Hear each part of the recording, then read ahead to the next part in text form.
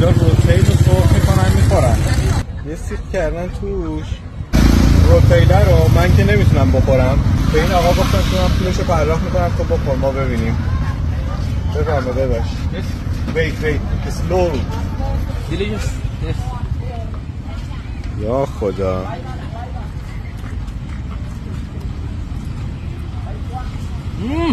Is it good? این قورباغه سرخ شده است، اصلا معلوم نبود.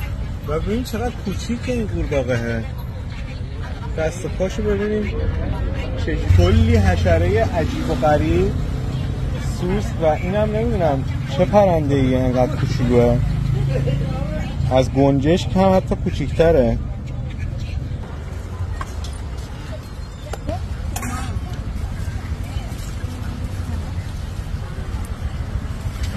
اینم خیلی عجیب غریبه.